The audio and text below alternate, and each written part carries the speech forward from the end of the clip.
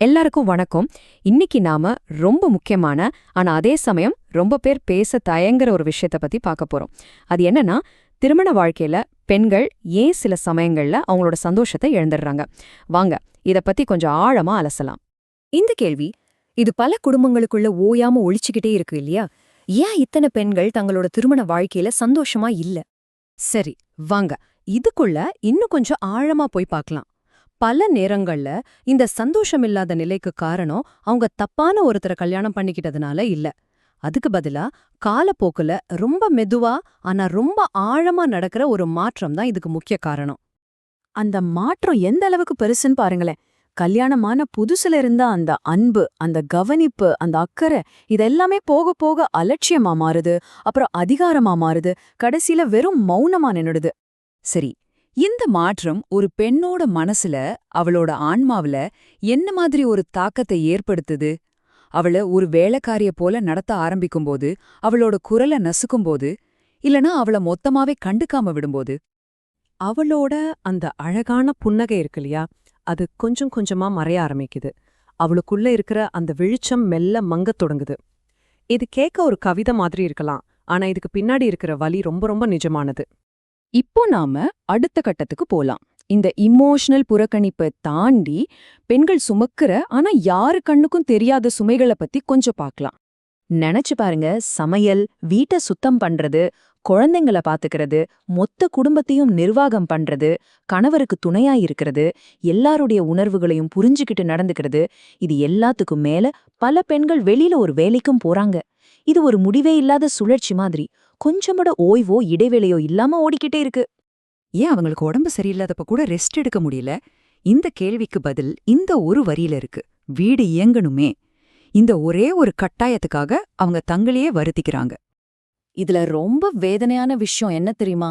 இவ்ளோ கஷ்டப்பட்டு உழைக்கிறதுக்கு அவங்களுக்கு கிடைக்கிறது ஒரு நன்றின்ற வார்த்தை கூட இல்ல. அதுக்கு பதிலா புகார்கள் தான். மெதுவா அந்த திருமணம்ங்கிறதே ஒரு நன்றி இல்லாத வேலையா மாற ஆரம்பிக்குது. இது நம்மள அடுத்த ரொம்ப முக்கியமான ஒரு கட்டத்துக்கு கூட்டிட்டு போகுது. கேட்கப்படாத குரல், அதாவது கம்யூனிகேஷன்ல வர்ற பிரச்சனையால உருவாகிற அந்த ஆழமான தனிமைய பத்தி இப்போ பேசலாம். அவங்க மனசுல இருக்கிறத, அவங்களோட எண்ணங்களை, உணர்வுகளை, தேவைகளை இதையெல்லாம் அவங்க பங்கிட முயற்சி செய்யும்போது என்ன நடக்குது?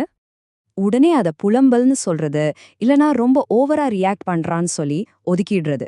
இது அவங்கள பேச விடாம மௌனமாக்கிடுது.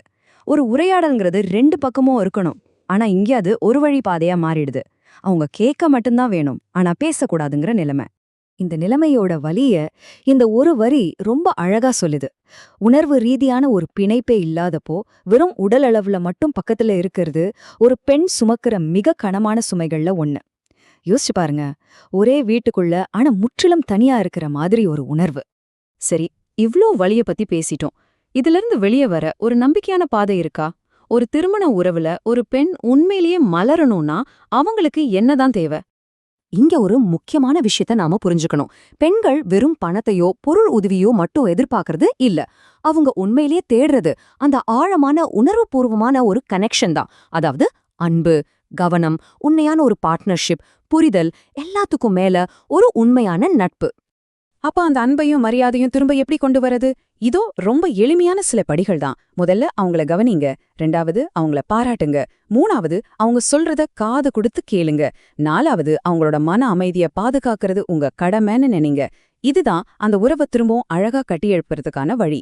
கடைசியா இந்த ஒரு ஆழமான சிந்தனையோட உங்களை நான் விட்டுட்டு போறேன். திருமணங்கிறது நம்ம ஓய்வெடுக்கிற ஒரு இடமா இருக்கணும். அன்பு மெதுவா மௌனமா செத்து போற ஒரு போர்க்களமா இருக்கக்கூடாது. இந்த முக்கியமான உரையாடல் உங்களுக்கு பிடிச்சிருந்ததுன்னா கண்டிப்பா லைக் பண்ணுங்க. இது மத்தவங்களுக்கும் போய் சேரணும்னு நினைச்சா ஷேர் பண்ணுங்க.